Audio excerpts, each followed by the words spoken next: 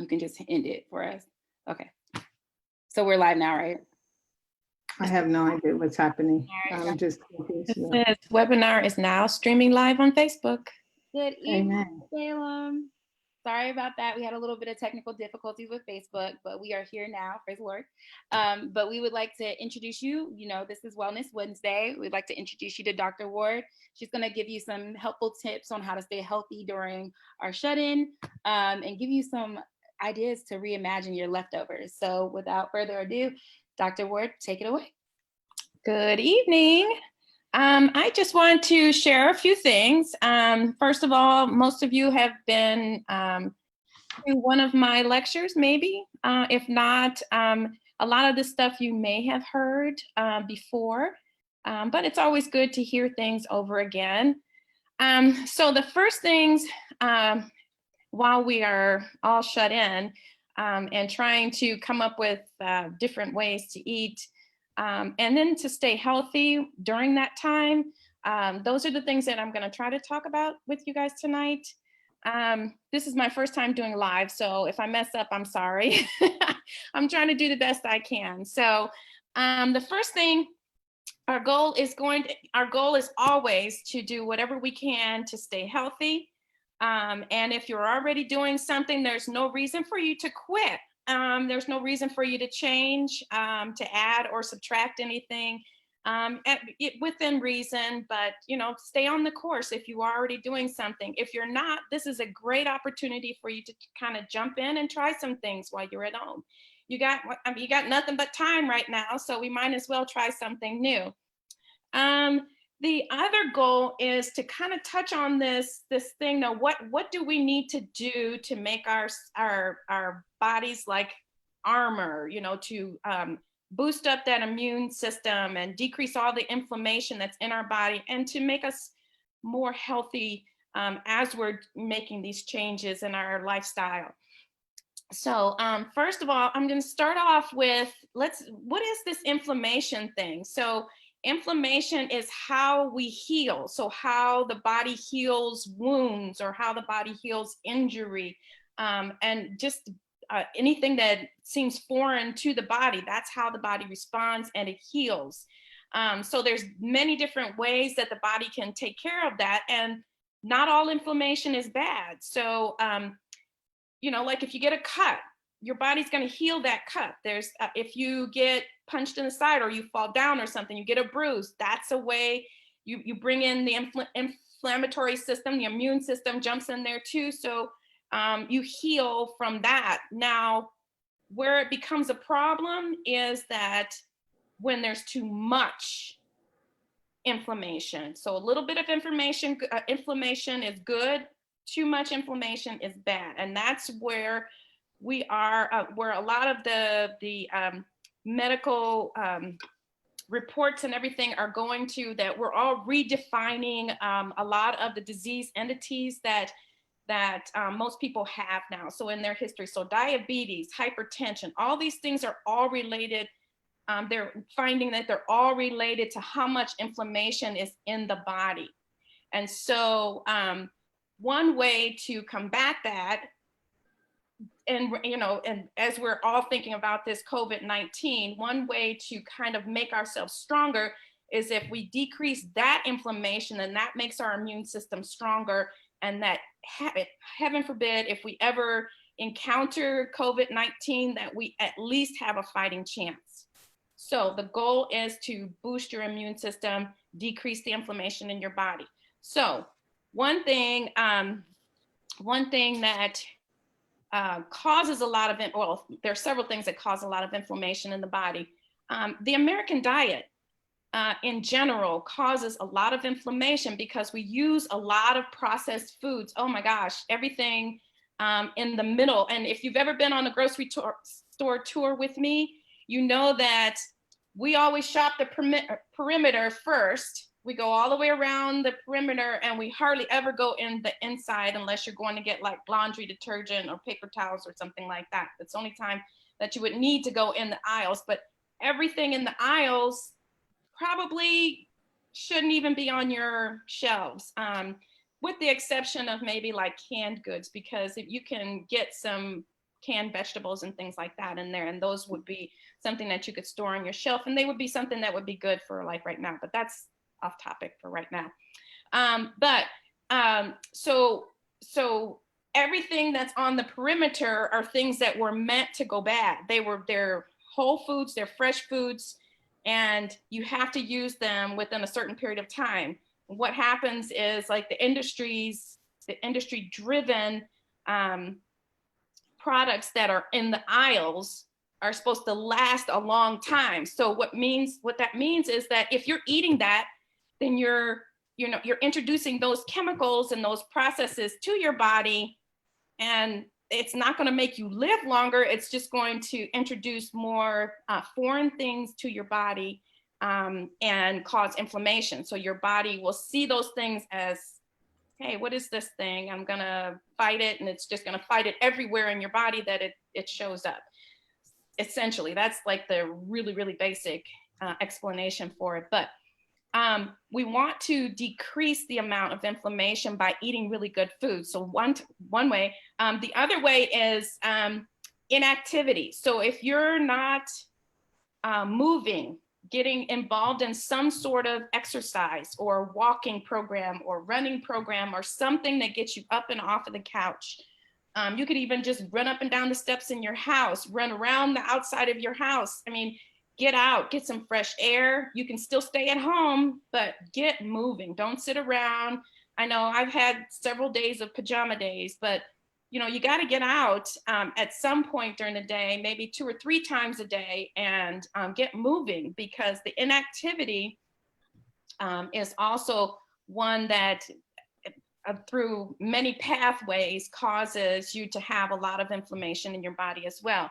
High stress. So everybody's stress level should be going down because we're not at work and under a lot of pressure, but you may be under other stresses, meaning that you're at home and now everybody's at home and you're all in each other's face and we're all eating everything that's in, and we're just it's a different kind of stress.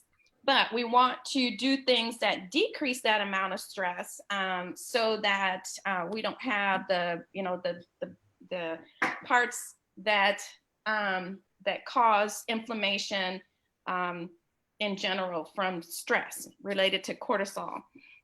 So how do we do this? So a couple of things.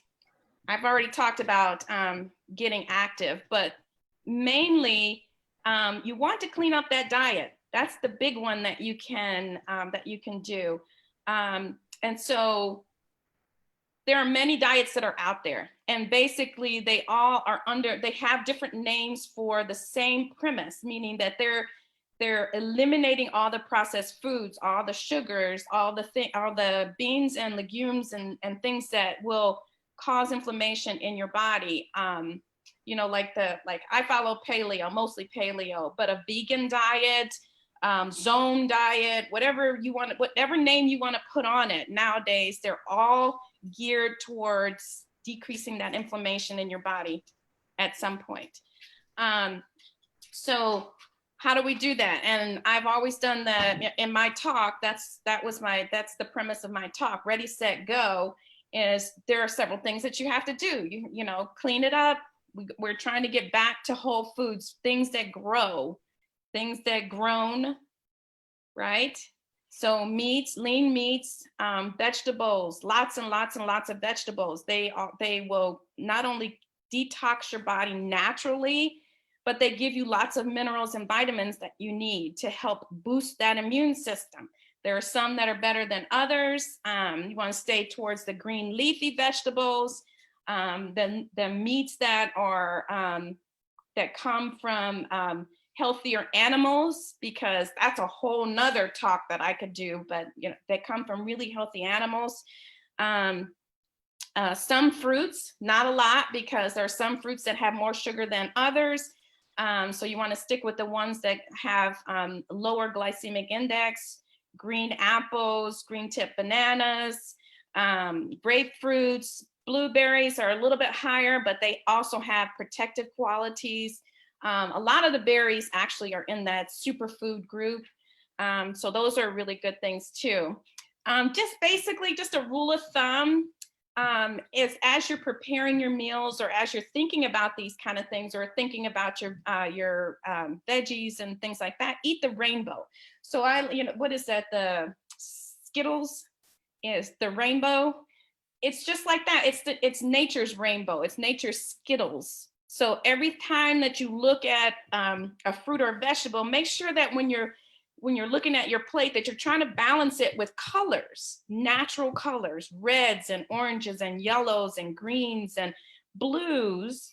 It's not like blue like we know, but it's more like a purpley blue. So purple and dark blue, and there's many colors, and there's reasons for those colors, because they have benefits of vitamins and minerals that we all need to boost your immune system. That's why they were created in colors. So, and that's actually where all of the candies and all of the fake food get the ideas to give more color to the foods that make it appealing to you. It's all profit driven. It's all to make you want to buy more and taste more. They add a lot more sugar. And in that, more people are getting sicker and sicker and sicker than foods that are supposed to be healthy for you, or so they say. I don't believe it, but so the other thing that you want to do is to decrease. So this whole low-fat diet has created a whole new animal of people. There's so many more people that have more health problems than they initially wanted it to do. Which you will lose weight if you decrease fat, but if you decrease fat, you got to add something else. There's only 3 macronutrients that we have. That's fat, protein, and carbs. And so if you decrease the fat, you're going to increase the carbs, because things where you take fat out, you add carbs to make it taste better. Or Dr. give it Ward, is that keto? Considered keto? Because we have a Keto question is- about the keto diet. Keto diet is is a higher fat diet. It's a high fat, not low fat diet. So the nutritionist will give you guidelines on a low fat diet. They will not give you one on a high fat diet. But the keto diet is a high fat diet. It is not sustainable. It is one that you will lose weight on quickly. It's not sustainable, because as soon as you start balancing it out to something where you can maintain it, most people tend to go the whole opposite end, start eating those carbs that you were missing, and then they gain all the way back in like extra, lots of extra. So that's why if I coach people and they want to do the keto diet, I tell them that it's only short term. Once you get that ball rolling, then we start adding back carbs slowly until that train starts to slow down, and you have a slow weight loss of something more manageable with carbs in it. So that's the only way that you can survive. You need carbs. You do need carbs. So let's see, what else do I have? What other good things are? Make sure that you're reading the labels, because they try to sneak. If you cannot pronounce it and you don't know what they are, don't eat it. It's I mean, an apple is an apple, but if you got apples and then you got something that keeps it from turning brown and keeps it, from drying out and all these other things, there's all these chemicals that, why would you want to eat all of that? An apple is just as good, better for you than apple juice. Eat the apple. Why eat the juice? It takes many more apples to make apple juice. Lots more sugar, not good for you. So let's see. So I also had some interesting things because I wanted to, I'm like the queen of like, my grandmother was one who we never had leftovers. So I don't even know when people were like, I don't eat leftovers. I'm like, what are leftovers? I have no idea what that is. So I had to learn that some people just don't, once that meal is prepared, they throw it out. Why throw it out? That's good food. My grandmother came out Depression era, so she never threw away anything, and we ate well. We always had good meals. So one thing that I wanted to share with you is some of the things that I do with leftovers. I don't have any questions before I go on to this part. We do have a few questions. So there was a question about you were just talking about labels, reading labels. What Yes. do they look for the labels on meat? Like, is there anything specific regarding meat labels? Meat is a protein. It's only going to have protein on it. So they don't usually put labels on meat. If you're getting something that has a label on it for a meat, it's probably something that they've added things to it. So like your packaged sausages and things like that, they add stuff to it. So they're, you would read the label only for that. The only thing that you're going to get from like a piece of chicken is protein. And then the other question was about macronutrition, the difference between macro and micro nutrition. So the macros are protein, carbs, and fats. The micros are like your vitamins and minerals. So those are, everything is important, all of them. So, like all your vitamins, vitamin K, A, B, C, D, E, K, all of them. And then like your minerals like calcium, iron, magnesium, manganese, all of those. Perfect. That's all we got so far. Okay, good. So let's talk about leftovers. Leftovers, again, I've never really had leftovers. So let's start with breakfast. Breakfast, like this morning. So this morning I have, and this is like my favorite thing to do, is we had some leftover pulled pork. Well, actually we bought it specifically, but a lot of times we have leftover meats. So there are no hard, fast rules for you having to have a piece of bread, some eggs, and whatever else you have, cereal, whatever for breakfast. Those again are company driven. And at the time it was a lifestyle driven company proposed thing. So if that makes sense.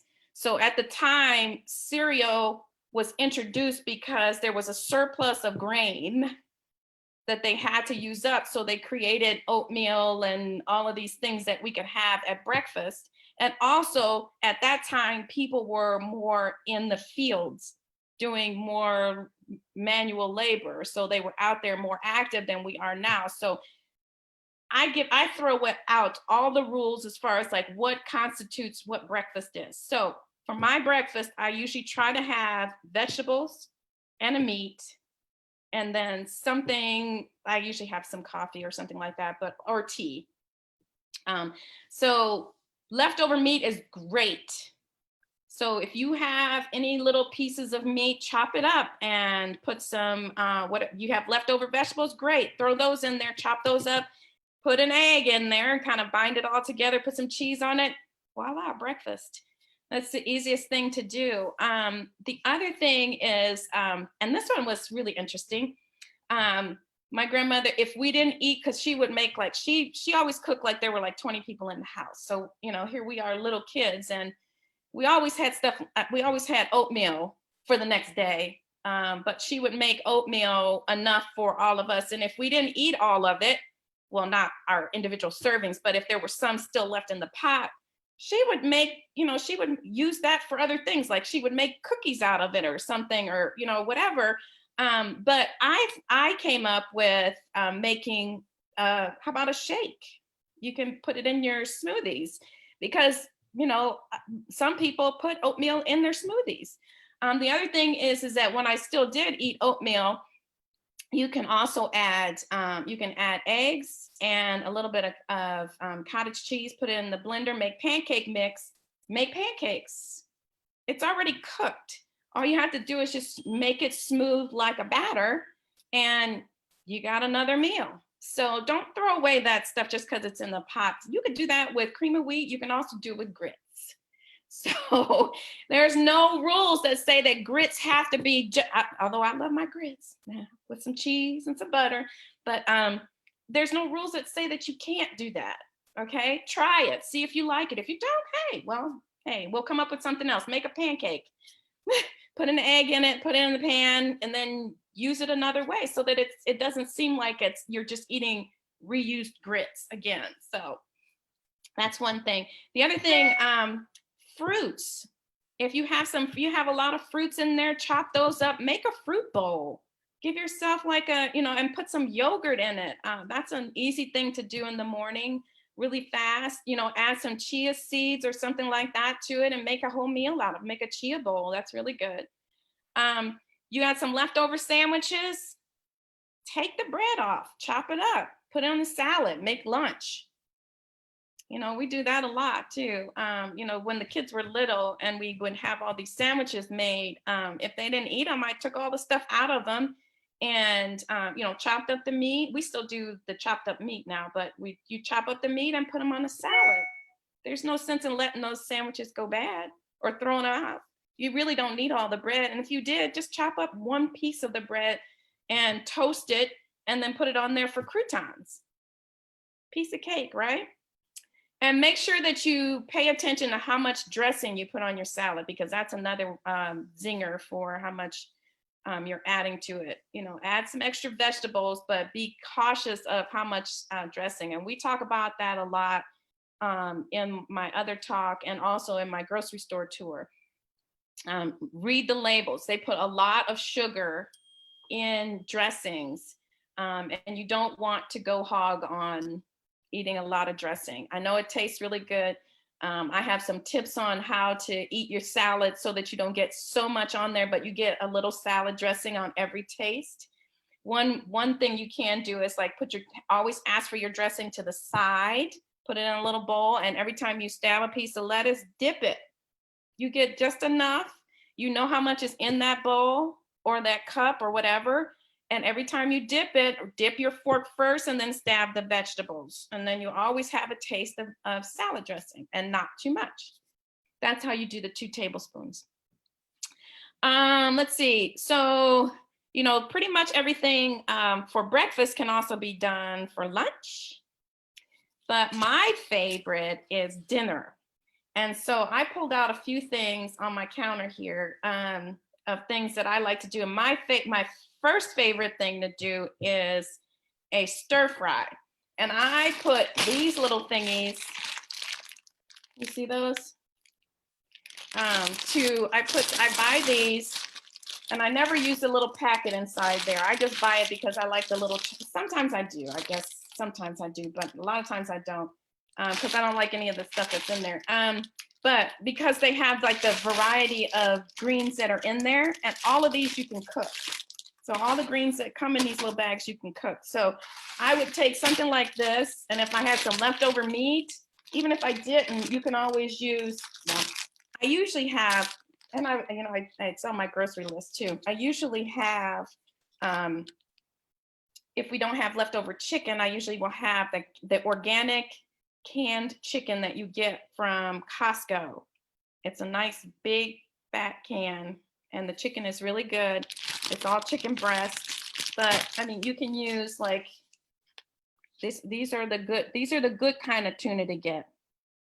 Okay, that one, they all have oil, and that one had water. That one's a good one, but this one.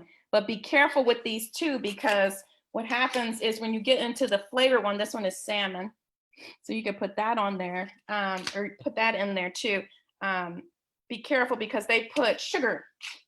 Another one that they sneak sugar in there. Sugar is in everything. So with this, I would take this, and this is my favorite brand, and that's why I have like almost every single flavor.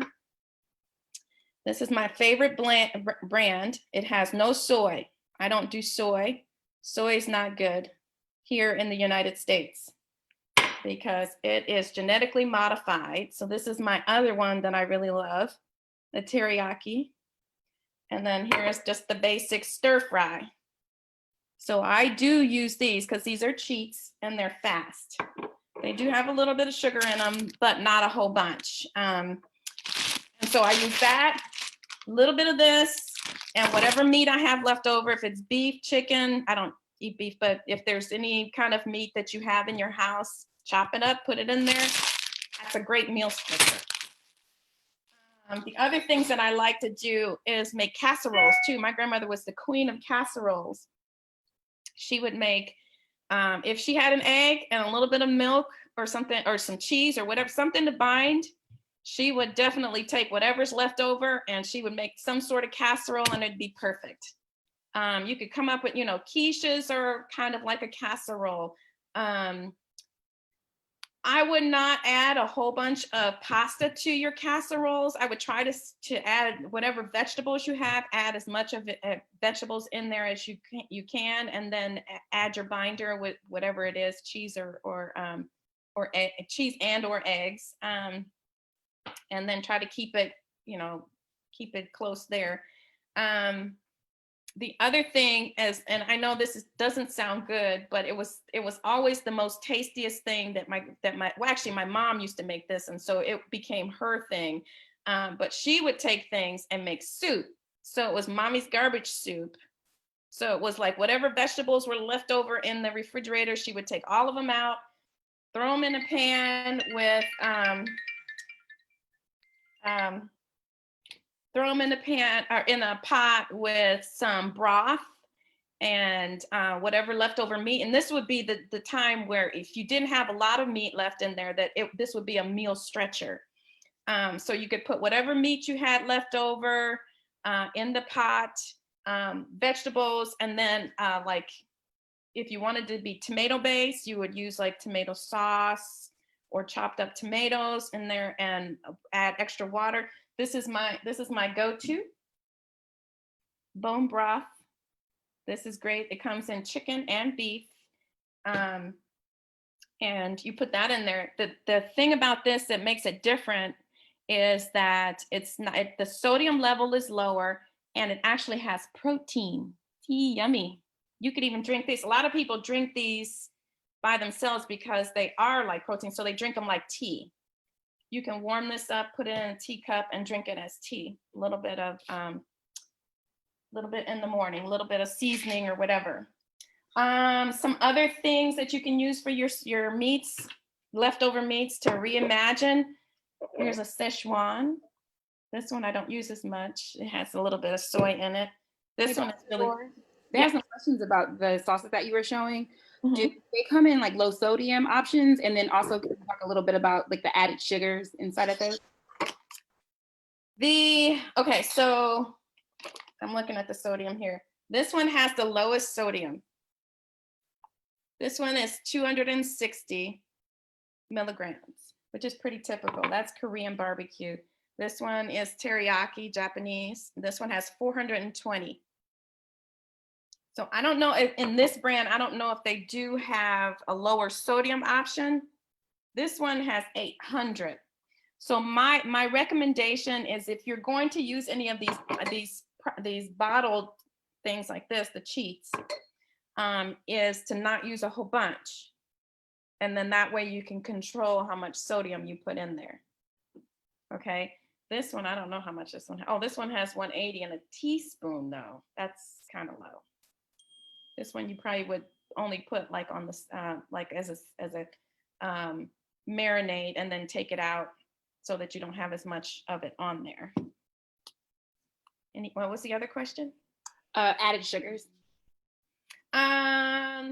These ones are not bad on the sugars. This one has, and you know I would be looking at them, but these ones have they have the right amount to give it taste. Yeah, and I'm a hawk on that too. But yeah, this one does have sugar. It has what they call organic sugar, and that's a whole thing that I can go into, but I don't know how much time we have here. This one has brown sugar and molasses in it. So, and they're all about 8 grams of carbs, which is not bad for a serving of sugar, added sugars at least. This one has the lowest one. This one is the one I use the most. That's why it's open. This one also uses apple cider vinegar and organic sugar. So, yeah. And while we were talking about the salad dressing and making sure that you're using proper portions, is there any suggestion as far as like your meal portions? So your as far as your meat and your vegetables, do you have any suggestions on that as well? I guess I'm not understanding. So for salad dressing? No, so you were talking about the salad dressing and making sure that you're not overdoing it. So they had a question regarding what your suggestion is as far as like your portions for meats and your vegetables. 2 tablespoons of salad dressing. Meat, I don't think you can go wrong on meat unless you have problems digesting meat. Vegetables, I would eat this whole bag by myself. And again, when you look at the breakdown of salads, like these salads in the bag, you could eat a whole bag. It's only 35 calories. And that's where you get your healthy carbs, and they will be low. By the time you get as much as in a macaroni and cheese compared to a salad, no, that's a terrible comparison, but there are so many carbs in macaroni and cheese compared to what you could do with just eating a salad and putting some cheese on it. So to get the amount of carbs that you get in the macaroni and cheese, you would be so stuffed with green vegetables or salad. It's kind of hard to get that many carbs out of vegetables. And then while we were talking about reimagining our leftovers, a lot of us, including myself, would like to know if there's a specific way that we can reimagine our desserts. Do you have any suggestions on desserts? So those would be a total recipe redo.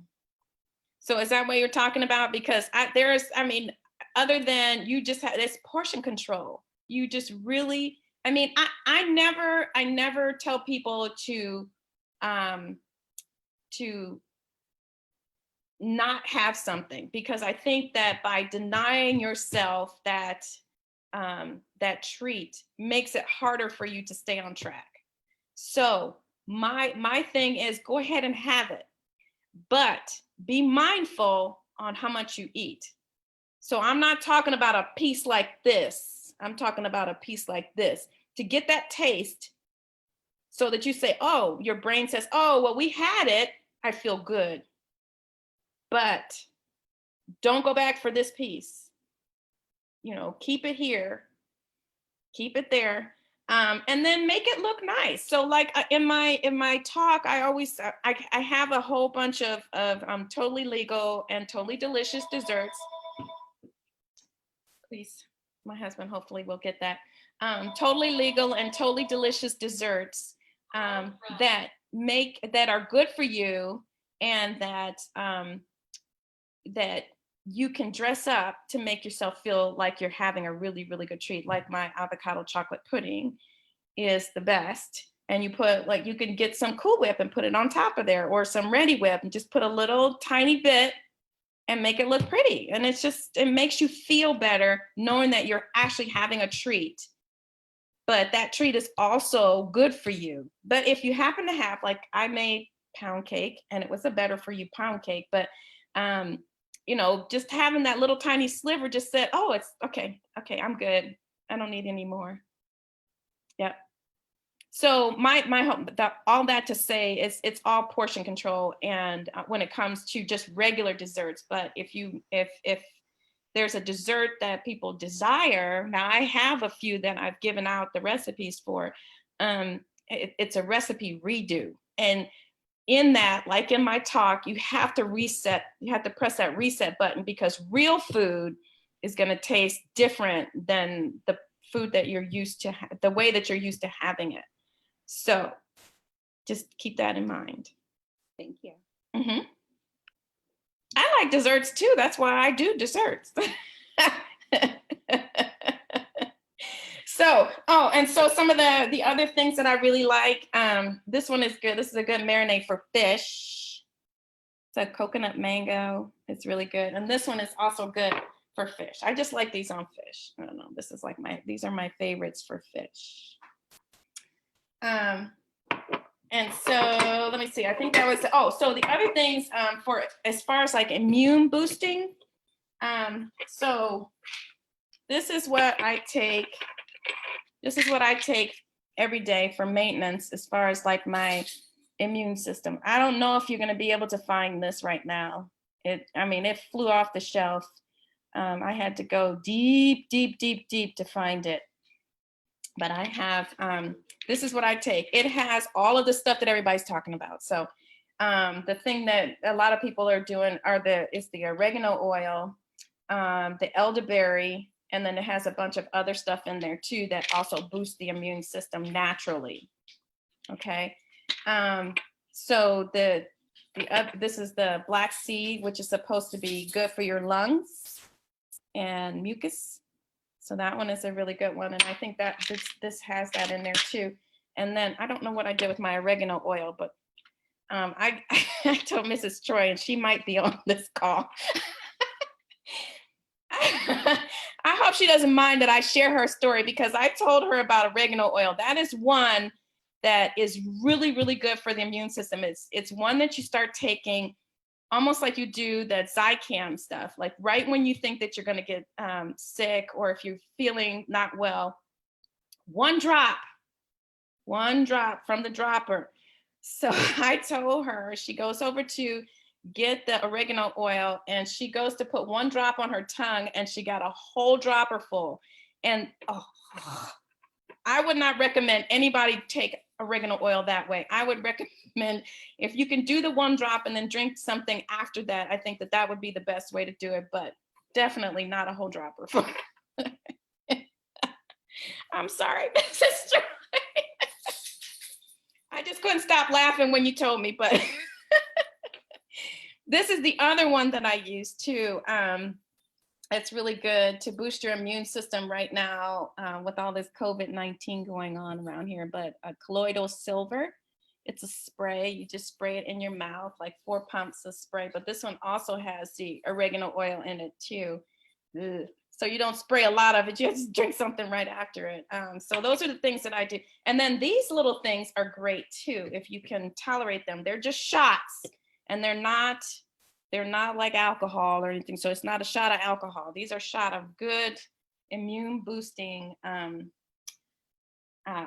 foods. So like this one has cayenne, and I think it has ginger. These little boosts that you probably see when you go to Whole Foods. These are all immunity boosters. These little guys. Oops. Okay.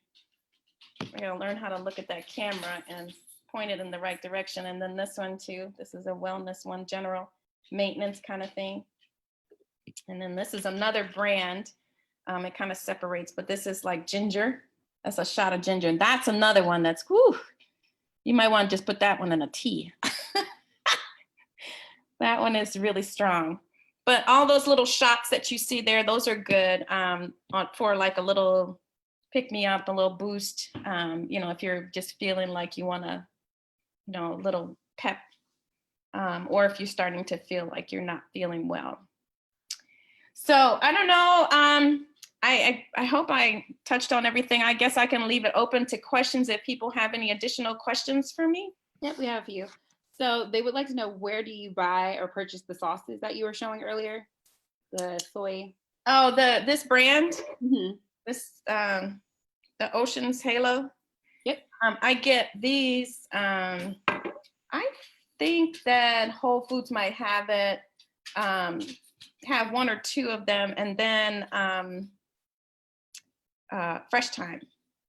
So it's going to be at the health food stores. I'm not sure if Kroger has it, but I wouldn't put it past them. I'm pretty sure if you ask them, they would get it. Okay. And then it's the best one because it doesn't have soy. This is the only one that I've found that doesn't have soy in it. Okay. And then they had a question about the, have you heard of the Jolly apple cider vinegar gummies? Are those safe? What's your opinion on apple cider vinegar and those gummies? I'm just doing the apple cider vinegar. Why are we gonna put it in the gummy? Adding sugar. So it adds sugar to the gummy. Yeah, just take your tablespoon of apple cider vinegar and put it in a glass of water and drink it that way. It actually kind of tastes sweet when you do it that way. So yeah, I would just put my tablespoon of apple cider vinegar in water and drink it. Or you can put it in hot water, and have it like a tea. Are there any side effects for the counterattack that you take? They're all natural things. Those are the only ones so far. Are there any other questions? Feel free to put them in the chat before we sign off.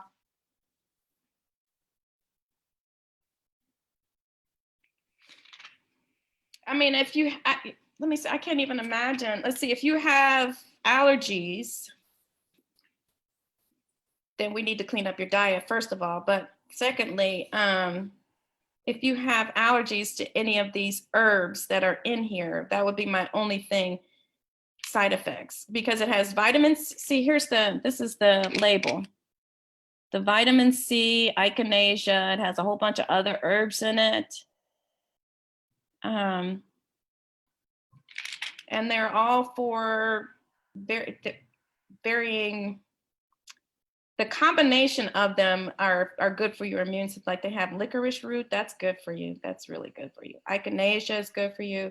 The elderberry, all of that stuff's in there. And you just take it in one pill instead of all the little teeny other ones that everybody's taking now. Do you have any recommendations for low sodium meals specifically? Low sodium meals, more vegetables. The way to take care of that, because vegetables naturally detox, and they will naturally detox you from the high sodium foods that you're eating. Stop eating processed foods. Stop eating processed foods. Eat the vegetables. Definitely make sure that you're using only the servings that are suggested on there or less of what's on there, because you can always extend, like this is a dressing. And it does have added sugars to it. It has 270 grams of sodium in it, 2 tablespoons, but it's very thick. So one way that you can get around that is add more mango to it. It may add a little bit more sugar to it, but it's natural. It comes from the fruit. Or add a little bit more vinegar and water to kind of thin it out, but it still gives you the flavor. You can kind of play around with that. Or my utmost suggestion, because I don't like to traumatize people, is make it yourself. That's the way you control how much sodium is in things. So these are the only reason why I come up with these is because, and I don't want to, say that I'm special or anything like that, but I don't have a problem with sodium. And so I do notice how much sodium is in there because I can taste it. So I know when there's too much in there. So I never cook with additional sodium or anything like that. But when you add more vegetables to it and you don't add anything after that, after you add these things in there, then you should be fine as far as like what's in there. Because when you put, so like for this, when I did this the last time, you see, I only used, the last time I used it, it was only this much for a whole meal. So that's less than a quarter cup for a whole meal, because you're gonna get the liquid from the vegetables. They're gonna, it's gonna mix in with all the vegetables and everything. So it kind of dilutes it naturally. So even though this one is the one that's got the lowest sodium in it, 260 milligrams, diluted over the whole thing with all the vegetables that will be filling for you, and then the meat that's also going to curb your appetite, you're probably not getting that many milligrams of sodium in there. So add more vegetables, because as you're cooking, the vegetables are going to release water. And it's going to dilute it naturally, and you won't get a full serving of this 260 milligrams of sodium. So I still think that I can get in under all of the sodium requirements with these kind of meals, because if you don't overdo it. So I wouldn't suggest dumping this whole thing in there. I would suggest maybe starting out with, if you're going to do a whole bag or 2 bags of these or something like that with some meat, I would suggest starting out with, 2 tablespoons in there, mix it up. Does it taste okay? Maybe add another tablespoon, mix it up and see if it's okay. Kind of play with what you're used to. This one is going to be really salty though. This one, I've had this one before. This one is very salty. You can taste it. And I don't use a lot of it at all. that was the last question we had. So, do That's you have okay. any other advice you want to give for your wrap up? Stick to it. I think that, it's doable. I think that the boredom is what makes people think that they need to eat more when they're here. So when you incorporate more of the activities, reducing your stress, maybe picking up a new hobby or something like that, working on a crossword puzzle, going back to, reading a book or something like that to decrease stress levels, maybe learning how to do yoga, do some yoga poses, sit and meditate, practice meditating. I think that, it's doable to stay healthy while we're shut in. It's not that difficult. I mean, it may seem like it's going to go on forever, which it could possibly be. But I think that by having a plan, and using some of these quick fixes, and maybe reusing a lot of those those meals that you didn't complete, throw them in and make a soup for the next day. You can do it. You can definitely do it. You can do it. Well, thank you so much for your time this evening. We really appreciate you and all the support and information that you gave us tonight. So thank you again.